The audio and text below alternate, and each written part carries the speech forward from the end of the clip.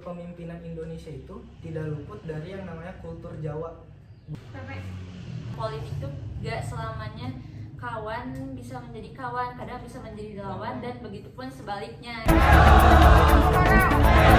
Diri dari banyak budaya, bahasa, dan apa kita bisa menyatukan. Seorang pemimpin dalam hati rakyat harus bisa menggenggam hati rakyat.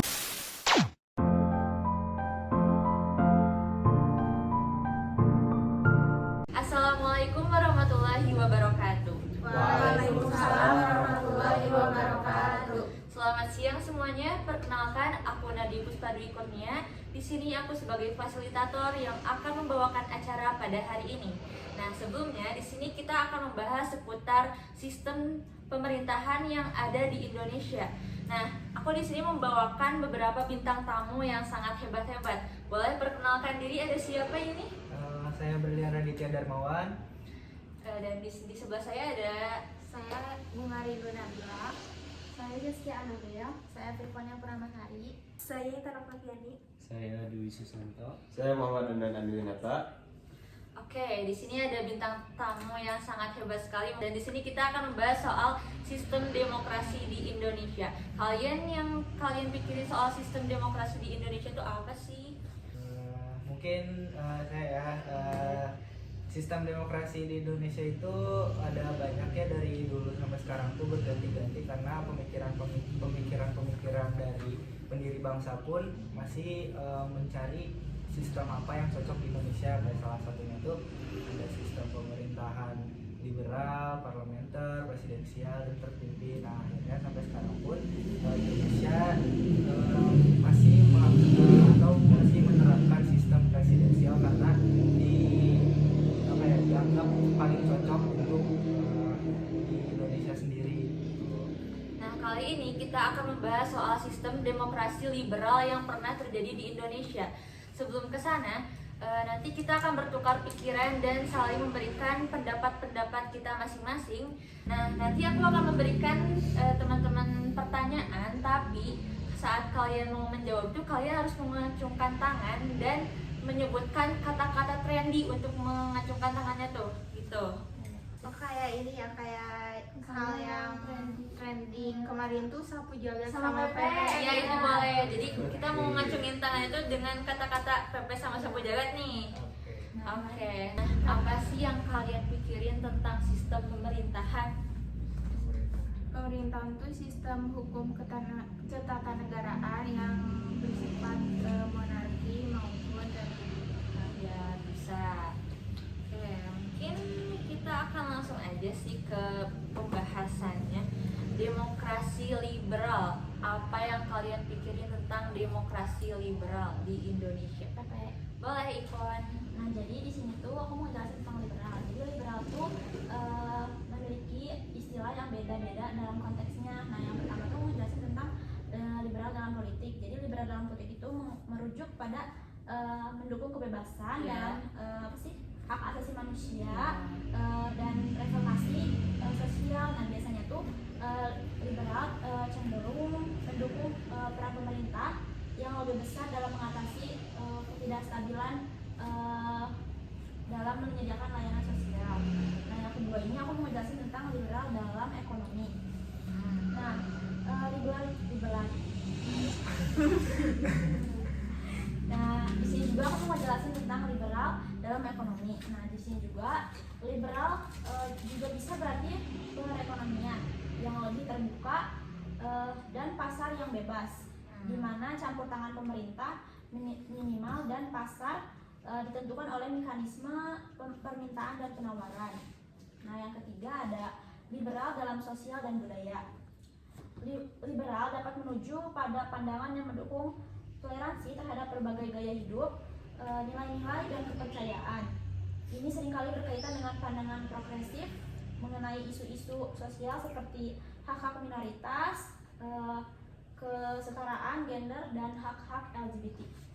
Demokrasi liberal tuh yang intinya tuh kedaulatan itu ada pada rakyat, dan di sini tuh posisinya pemerintahannya tuh ada di Perdana Menterinya gitu ya. Nah kalau soal hak-hak individu berarti ya itu ke politisi sipilnya gitu ya. Nah contoh liberal sosial budaya yang menurut kalian itu apa sih? Oh boleh nih Intan, gimana? Kalau misalnya dalam sosial dan budaya di liberal itu kayak kebebasan dalam individu. Nah, jadi kesetaraan dan penerimaan terhadap perbedaan dalam masyarakat. Ada beberapa yang pertama itu hak asasi manusia, kesetaraan gender, terus penerimaan terhadap keragaman, terus kebebasan keagamaan. Nah, terus ada satu lagi hak atas aborsi dan reproduksi.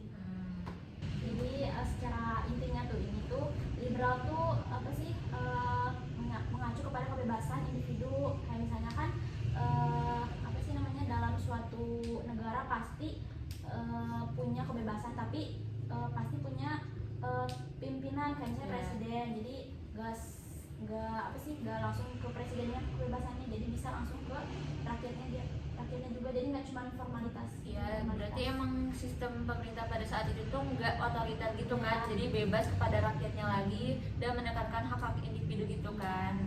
Tuh.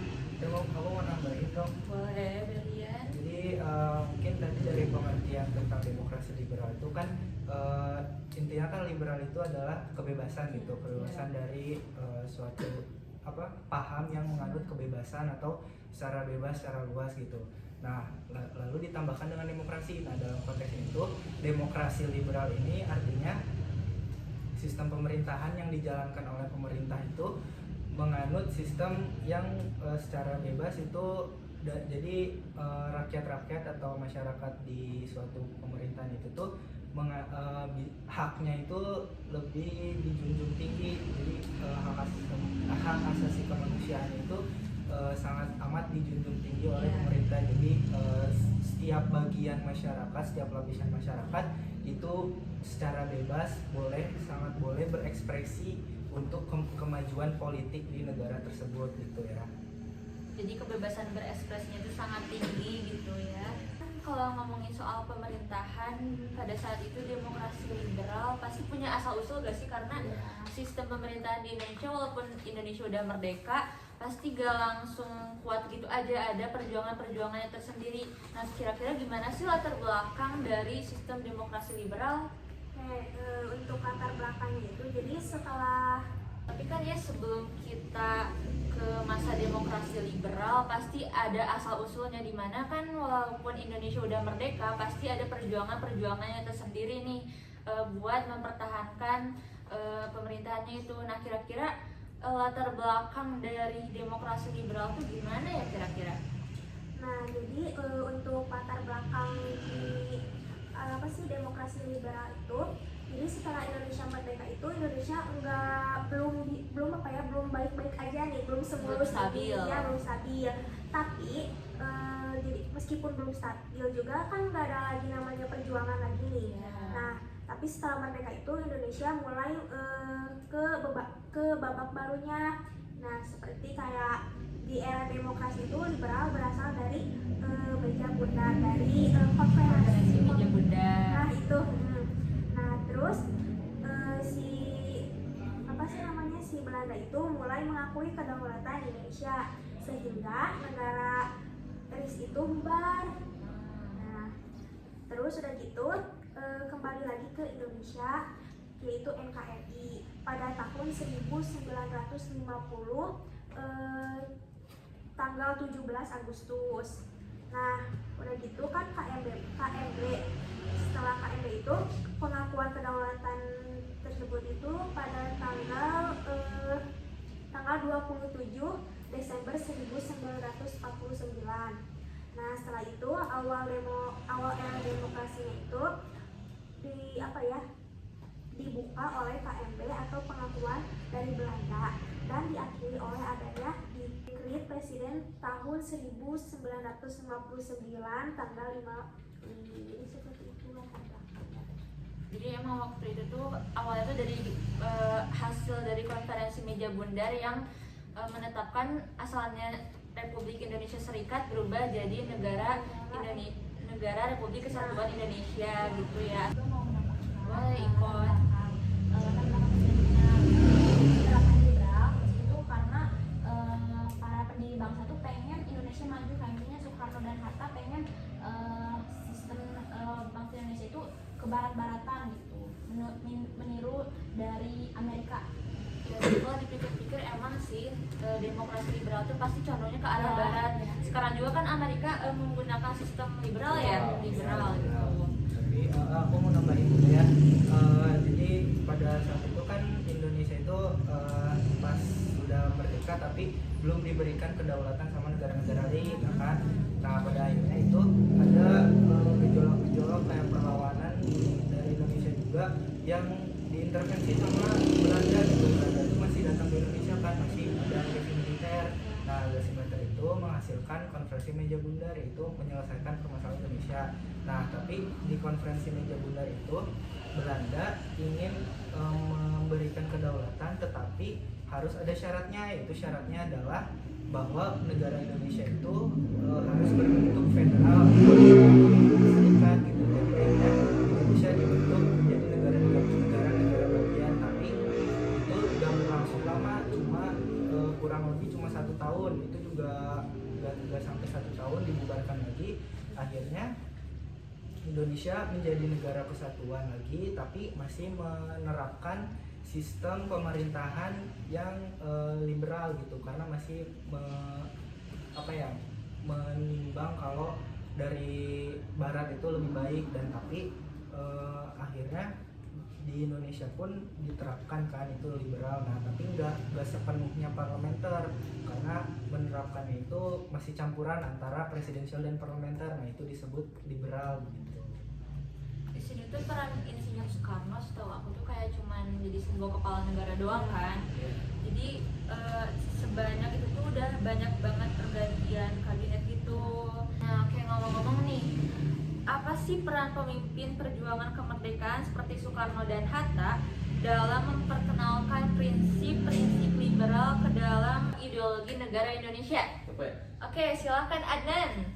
Jadi pada waktu itu Soekarno mengusung Pancasila yang mencakup prinsip-prinsip demokrasi dan hak-hak individu, meskipun dengan menyesuaikan untuk stabilitas politik. Dan waktu itu Hatta menekankan pentingnya demokrasi parlementer dan kebebasan individu serta ekonomi konsisten dengan prinsip-prinsip liberal. Jadi emang dari presidennya tuh emang setuju gitu ya sama demokrasi liberal pada saat itu. Aku mau menambahkan. Silakan Intan. Nah, yang ada bilang itu kan benar ya. Tapi aku tuh di sini nyari bahwa Soekarno sama Hatta itu mereka tuh saling menggabungkan suatu ide-ide liberal, dan mereka itu menekankan pentingnya demokrasi dan hak-hak individu mereka. Terus mereka juga merumuskan dasar-dasar negara Indonesia yang mencakup unsur-unsur liberal juga. Ngomongin soal demokrasi liberal tuh kira-kira kalau soal karakteristik kayak gimana ya? Boleh Adnan. Oke, jadi ciri-ciri dari demokrasi liberal itu ada hak asasi manusia, yang dimana demokrasi liberal mementingkan hak asasi manusia termasuk kebebasan berbicara. Hak-hak ini dianggap fundamental dan harus dihormati oleh negara dan pemerintahan gitu. Dan ada kebebasan berpendapat dan bermedia sosial, di mana demokrasi liberal melibatkan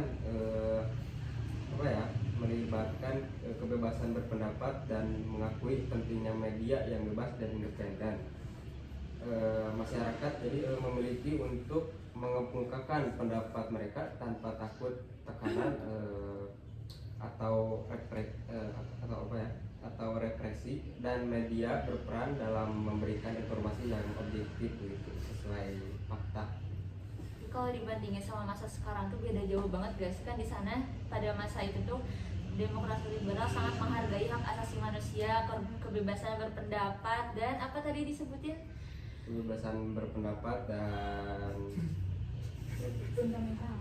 dan hal ini dianggap fundamental gitu. Itu fundamental. Sedangkan kan kalau masa sekarang tuh beda jauh banget guys sih. Kalau kan tadi Adnan ngebahas soal demokrasi liberal tuh sangat menekankan hak asasi manusia. Kalau dalam konteks sosial, mengapa hak asasi manusia itu penting bagi sistem demokrasi tersebut sih? Boleh Deskia, silahkan. Oke, hak asasi manusia sangat penting karena hak asasi manusia dan demokrasi dapat dimaknai sebagai hasil perjuangan manusia untuk mempertahankan dan mencapai harkat kemanusiaannya. Sebab hingga saat ini hanya konsepsi hak asasi manusia dan demokrasi yang terbukti paling mengakui dan menjamin harkat kemanusiaan. Menurut kamu setuju gak sih Nan mengenai apa yang disampaikan sama Deskia tadi? Kalau saya sih setuju ya. Ya, kalau dari yang lain kira-kira gimana soal hak asasi manusia? Setuju sih. Aku mau nambahin dari ciri-ciri demokrasi liberal ini cenderung melindungi hak-hak minoritas dan menghindari dominasi mayoritas yang potensial. Nah, untuk memastikan bahwa semua kelompok dalam masyarakat diperlakukan dengan adil dan memiliki hak yang sama.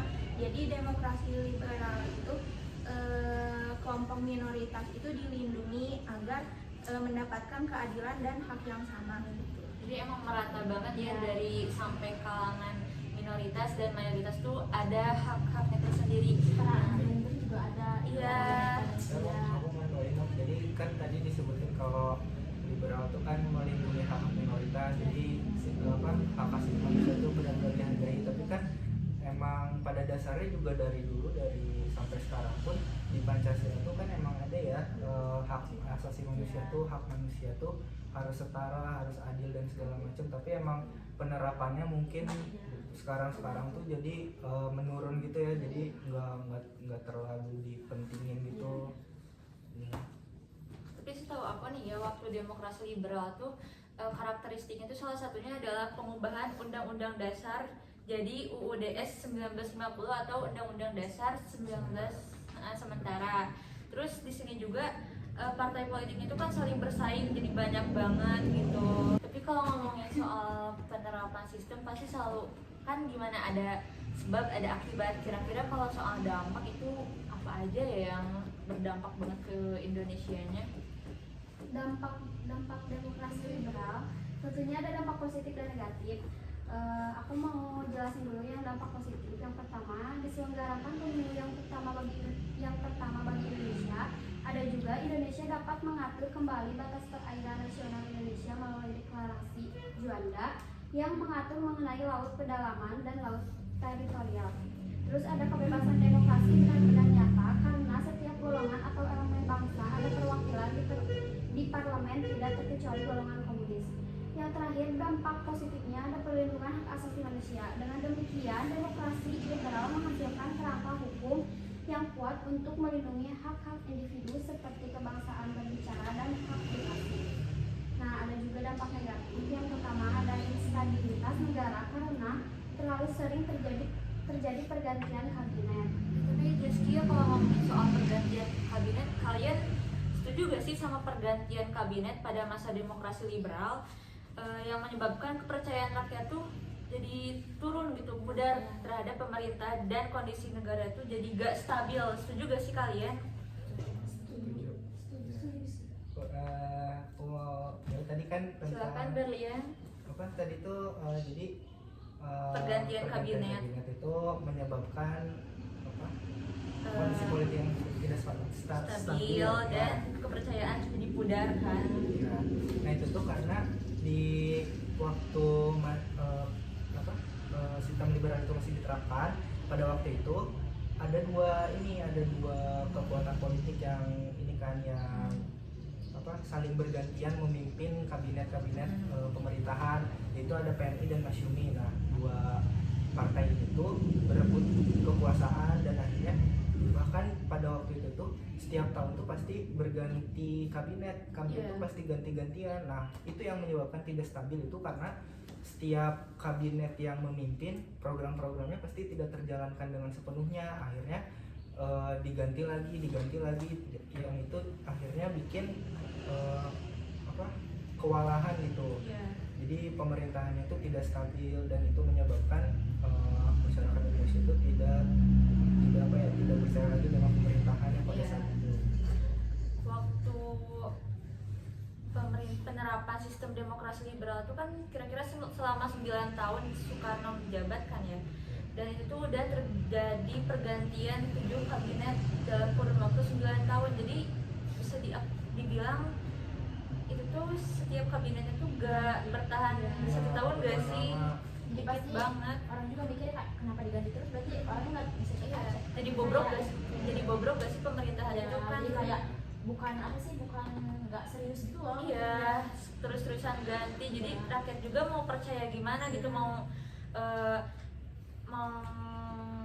Iya, percaya gimana, soalnya kan kalau ganti-ganti terus beda-beda orang, beda-beda pendapat. apalagi partai yang menguasai itu, partai besar itu cuma apa, PNI, PNI sama Mas Masyumi. Yumi itu terus-terusan berkuasa. Jadi pasti aja si rakyat juga kalau nggak percaya ya wajar gitu.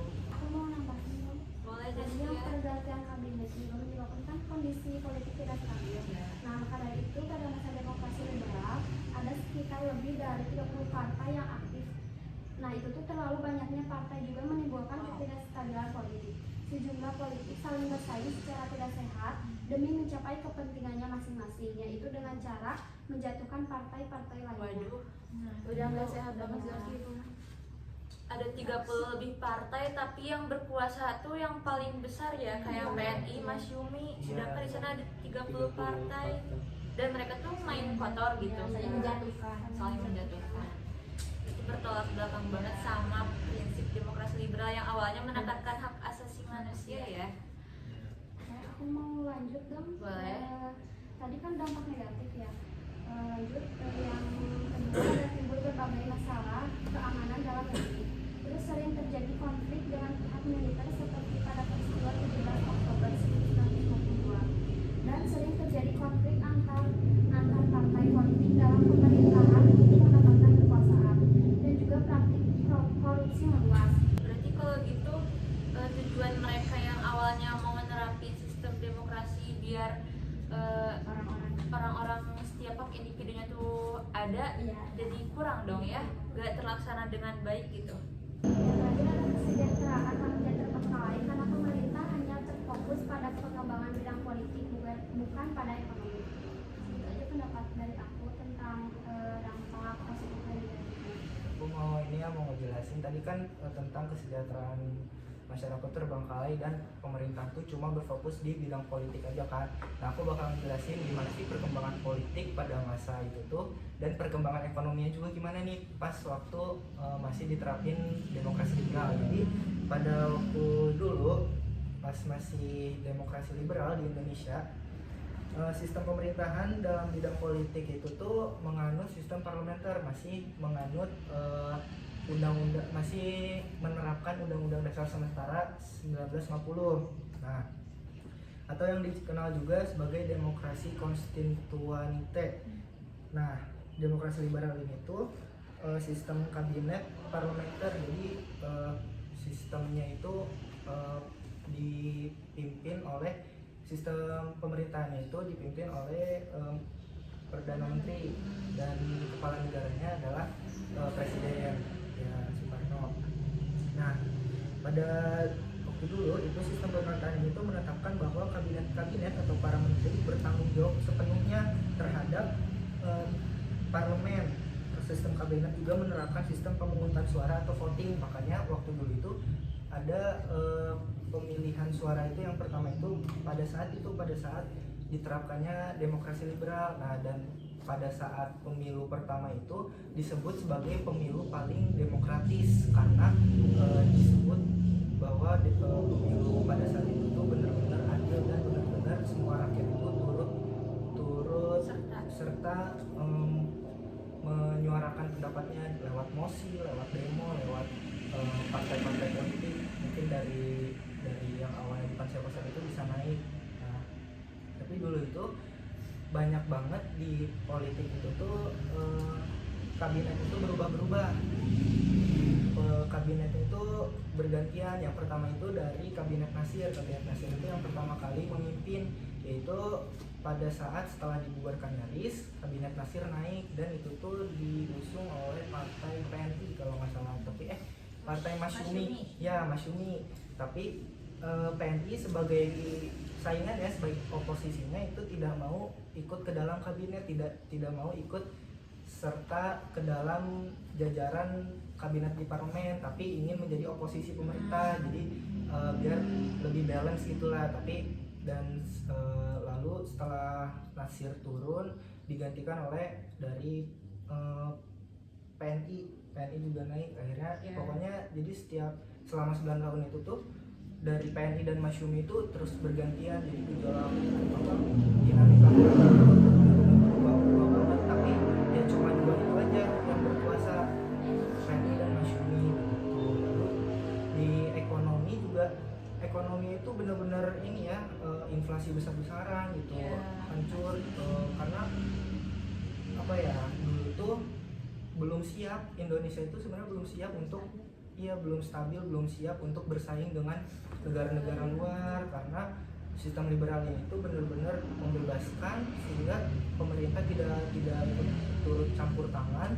Akhirnya masyarakat juga belum siap, ini harus gimana gitu untuk mengatur ekonomi negara itu kan benar-benar mencakup luas banget ya, tapi diserahkan gitu aja ke rakyat kan kewalahan gitu, inflasi besar-besaran. Tapi ada dampak positifnya adalah cara menanggulanginya adalah pemerintah pada saat itu tuh menjadikan bank sentral itu menjadi Bank Indonesia, dan itu tuh menjadi bank yang mengatur perekonomian negara gitu. Dan akhirnya Indonesia pun ekonominya jatuh banget karena liberal itu gitu. Mungkin sudah ngomong nih, kenapa partai yang disorot tuh cuma PNI sama Masyumi, sedangkan kan dalam demokrasi liberal tadi seperti yang dikatakan oleh Jaskia ada sampai 30 partai kan yang dibentuk. Boleh boleh Bunga. Jadi kenapa hanya ada 2 partai yang mendominasi? Karena itu partai PNI dan Masyumi yang paling menjadi peran utama dan yang paling berpengaruh di dunia politik. Karena partai-partai yang lain tuh kayak tersingkirkan sama Masyumi dan partai PNI itu. Karena jadi kan sebenarnya sistemnya itu multi partai kan, yang dimana partainya itu banyak kan guys, nggak hanya satu. Tadi katanya ada lebih dari 20 partai ya, sekitar 30-an. Nah tetapi Masyumi sama PNI yang paling mendominasi bagi dunia politik gitu. Jadi mereka punya kuasa gitu. Ya punya kekuasaan yang kuat, mungkin dari ekonomi kali ya. Iya. Nah kalau ngomongin soal kabinet-kabinet yang tadi disampaikan oleh Berlian, kan kita udah sampai 7 kali ganti kabinet. Jadi ada kabinet Nasir, ada kabinet Sukiman dan Suwiryo, terus ada kabinet Wilopo, Ali Sastro Amijoyo 1, ada Burhanuddin Harahap, ada Ali Sastro Amijoyo 2, dan yang terakhir tuh ada Juanda. Nah mereka tuh masing-masingnya cuma menjabat 1 tahun kurang lebih lah, atau enggak kurang gitu, dimana masing-masingnya tuh ada programnya sendiri dan ada kejatuhannya sendiri. Nah kalau setahu aku nih ya, partai-partai yang mendominasi pada saat itu tuh awalnya emang cuma 2, tapi lama-lama tuh ada banyak juga sampai 4, yang kalau nggak salah tuh ada PNI, Masyumi, NU, dan PKI ya itu. Selanjutnya ada dari Bunga ya, yang mungkin kamu tadi katanya ada kayak yang mau disampaikan nih soal ini. Aku mau ngejelasin perbedaan dari demokrasi liberal dan demokrasi terpimpin. Nah, demokrasi liberal ini tuh jadi rakyat itu punya hak kebebasan untuk memutuskan siapa yang memerintah mereka, dan pemerintah juga punya tanggung jawab kepada kebutuhan mereka gitu. Nah, artinya mayoritas penduduk dapat memilih siapa yang akan menjadi pemimpinnya, dan pemimpin tersebut itu harus tanggap terhadap kebutuhan mereka. Jadi harus cepatlah gitu, responsif gitu. Nah terus demokrasi liberal ini tuh ditandai dengan adanya legislatif, eksekutif, dan yudikatif. Nah eksekutif itu kan yang diberikan kekuasaan untuk melaksanakan undang-undangnya. Nah sedangkan legislatif yang membuat undang-undangnya, dan yudikatif itu yang mempertahankan pelaksanaan undang-undang. Nah yang kedua ada demokrasi terpimpin. Nah demokrasi terpimpin itu kebalikannya dari demokrasi liberal. Nah Jadi pemerintah negara mempunyai peran yang penting dalam proses mengambil keputusan. Nah, sistem ini dikaitkan dengan rezim otoriter. Nah, di mana satu pemimpin mempunyai pengaruh yang kuat terhadap keputusan pemerintahan dan kebijakannya. Itu aku mau nambahin dong. Boleh, Intan? Jadi kesimpulannya itu demokrasi liberal itu mengarah pada kebebasan individu yang tetap dilaksanakan dengan bertanggung jawab. Nah, kalau misalnya si demokrasi terpimpin itu terpusat pada pemimpin atau presiden. Ya, BTW kenapa sih pada demokrasi terpimpin tuh menganut konsep otoriter, padahal kan terpimpin gitu ya, tapi otoriter, kenapa sih? Oh boleh, Dwi Susanto. Ya. Jadi demokrasi terpimpin adalah istilah yang digunakan untuk menggambarkan sistem pemerintahan di mana terdapat unsur-unsur demokrasi, tetapi kekuasaan politik terpusat pada satu individu atau kelompok tertentu. Di Indonesia, konsep ini dikenalkan oleh Presiden Soekarno pada era 1950-an. Pada demokrasi terpimpin, meskipun terdapat pemilihan umum dan lembaga-lembaga demokratis, kekuasaan eksekutif seringkali memiliki otoritas yang sangat kuat dan cenderung dominan dalam pengambilan keputusan.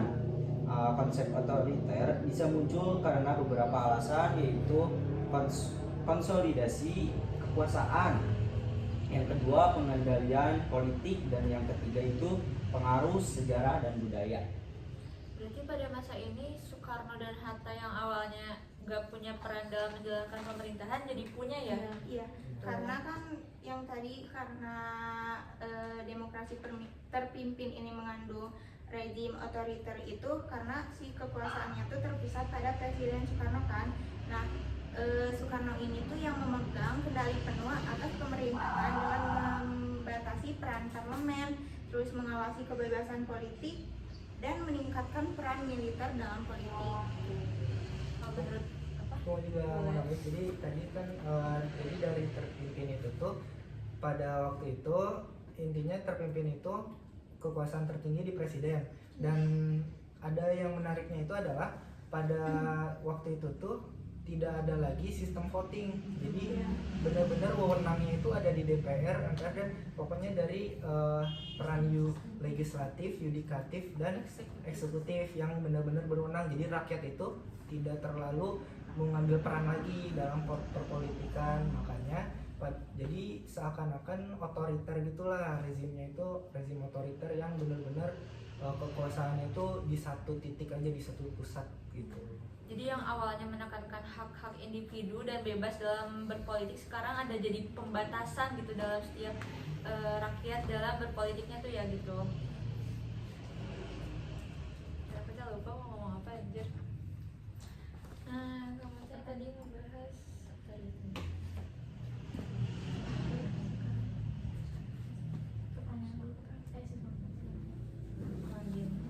tapi kalian setuju gak sih sama peran Soekarno yang menjadikan Indonesia jadi negara terpimpin dengan sistem terpimpin kayak gitu? Enggak juga sih, karena soalnya jadi terbatas banget kan gitu. Harusnya kan makanya dalam kalau misalnya satu jadi pusatnya, yang lainnya malah jadi untuk rakyat juga kan. Kalau misalnya nggak ada rakyat nggak akan berfungsi negara ini. Jadi kayak kalau presiden mah nggak, presiden juga kalau nggak ada rakyat nggak ada artinya itu. Kalau menurut aku sih pas waktu masa demokrasi liberal tuh udah oke-oke aja, karena kan di sini kita boleh bebas berpendapat dan lain sebagainya. Cuman harusnya tuh sistem itu emang harus lebih dimatangkan lagi gitu dari setiap pemerintahan yang ada tuh. Dan tapi di sini Soekarno malah ganti pemerintahan jadi sistem terpimpin dan malah membatasi pergerakan rakyat gitu dalam berpolitik. Demokrasi liberal ini kan udah berjalan selama hampir 910 tahun ya. Berarti ada akhir dari masa ini ya. Kira-kira gimana tuh mas akhir masanya itu? 10 jam. Boleh, Dwi Susanto. Ya, jadi akhir dari demokrasi liberal ini, berakhirnya demokrasi liberal ditandai dengan dikeluarkan di Dekret Presiden 5 Juli 1959. Kegagalan konstituante menetapkan Undang-Undang Dasar membawa Indonesia ke tepi jurang kehancuran. Keadaan negara yang telah merongrong sejumlah pemberontakan menjadi bertambah gawat atas dasar pertimbangan menyelamatkan negara dari bahaya. Presiden Soekarno terpaksa melakukan tindakan inkonstitusional. Tindakan presiden tersebut berupa mengeluarkan dekret yang dikenal dengan Dekret Presiden 5 Juli 1959.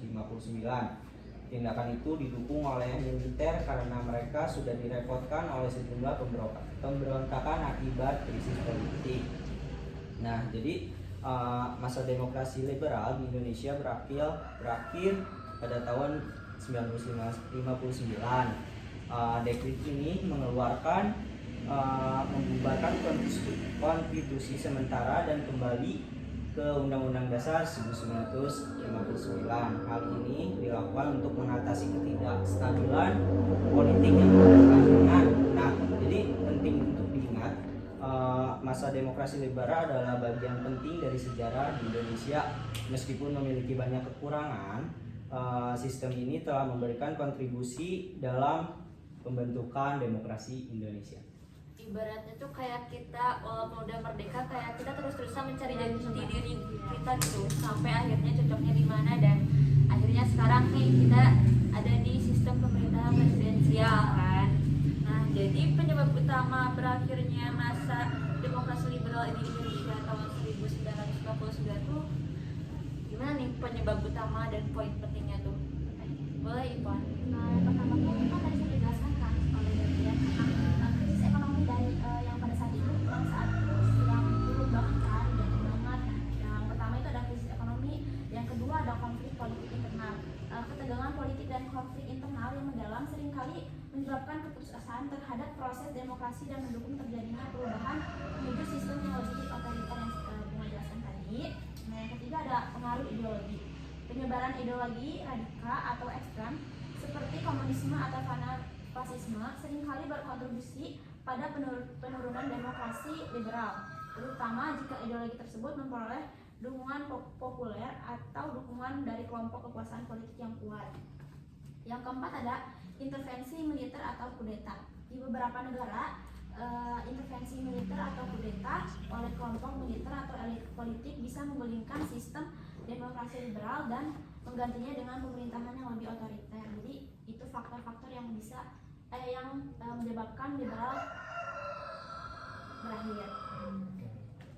Aku mau nambahin dong. Boleh. Jadi banyak ya faktor-faktor yang menyebabkan liberalisme di Indonesia itu tidak bertahan lama, karena pada dasarnya pada waktu itu pada saat liberal itu diterapkan, liberal itu sebenarnya Indonesia itu belum siap menghadapi pemerintahan yang liberal, karena Indonesia sendiri negaranya itu kan negara yang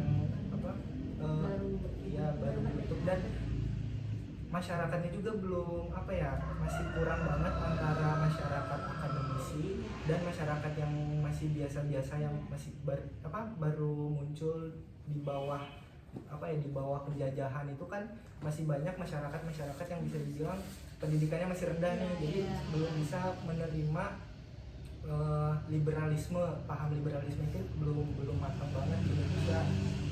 Mungkin saja nih kalau misal di zaman sekarang liberalisme diterapkan itu mungkin bisa saja bisa berjalan, tapi ada kemungkinan juga bakal gagal karena Indonesia ini sangat menganut agama banget ya. Jadi karena agama dengan liberal tuh kayak bertolak belakang ya. Jadi agama tuh kan terikat banget sama kepercayaan, sedangkan liberal tuh kan lebih ke bebas, itu bisa mengekspresikan dirinya lebih bebas gitu. Nah, tapi ada juga yang menarik dari jatuhnya liberal tuh yang saya baca adalah liberalisme ini bertolak belakang dengan kepemimpinan di Indonesia, karena kepemimpinan Indonesia itu tidak luput dari yang namanya kultur Jawa, budaya Jawa.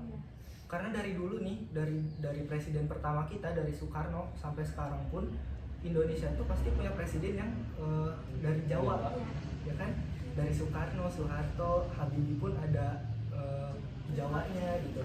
Sampai sekarang pun Jawa gitu, karena kultur Jawa ini melekat banget, kental banget, dan ada dulu ada yang meneliti dari Belanda tentang kepemimpinan orang Jawa.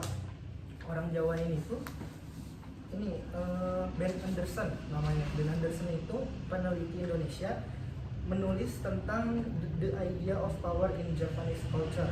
Nah ini tuh bagaimana sih cara kerja pemimpin seorang pemimpin Jawa, raja-raja Jawa dari terdahulu itu gimana? Nah bagi Ben itu menjelaskan ada beberapa imajinasi politik yang tergambarkan dalam politik Jawa. Nah, dalam imajinasi politik Jawa, kekuasaan itu nggak berwujud. Kekuasaan politik itu benar-benar kekuasaan yang magis gitu.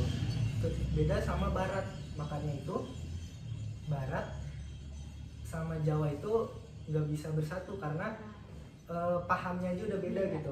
Kalau Jawa tuh kan lebih ke masih ada sakral yang sakral.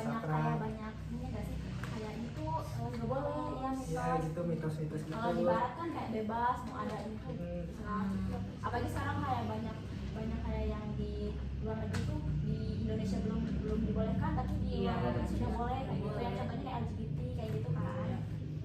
Terus kekuasaan tiap pemimpin Jawa itu berkuasa itu bukan menggunakan kekuasaannya untuk merubah keadaan, tapi pemimpin-pemimpin itu mengumpulkan kekuasaannya agar namanya tuh besar gitu loh. Jadi pengumpul ada pengumpulan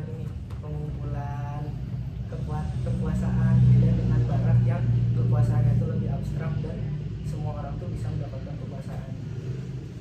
Terus pada saat itu juga kan selama demokrasi liberal tuh banyak terjadi masalah-masalah ekonomi kayak inflasi dan beban-beban soal keuangan negara tuh sangat berat sekali, dan pemerintah tuh sempat melakukan kayak adanya gunting Syamiruddin, di mana waktu itu tuh nilai mata uang yang di atas 2,50 rupiah tuh dijadiin setengahnya.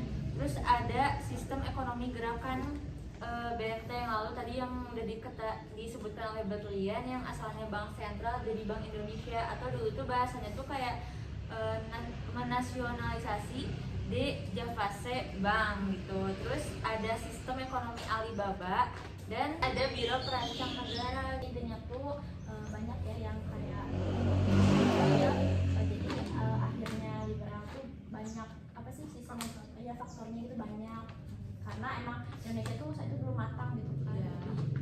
Belum saatnya terjadi paham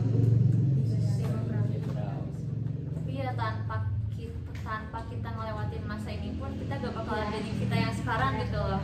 Kayak mungkin yang aku dapat simpulkan dari hasil diskusi ini tuh ya, dari sistem pemerintahan demokrasi liberal ini tuh gak selalu hanya memberikan sisi dampak negatif bagi kita semua, pasti ada dampak positifnya, dan itu tuh ngasih impact ke kita gitu buat di masa sekarang. Dan dimana misal tadi kan soal yang pergantian kabinet itu mereka punya ideologinya masing-masing gitu dalam membangun negara Indonesia, dan kita harus pintar-pintar aja sih di masa sekarang tuh kan. Waktu dulu politik tuh bebas banget ya, dari kalangan rakyat bisa berpartisipasi, dan kita dapat mengambil pelajaran gitu ya, dalam politik tuh gak selamanya kawan bisa menjadi kawan, kadang bisa menjadi lawan, dan begitupun sebaliknya gitu.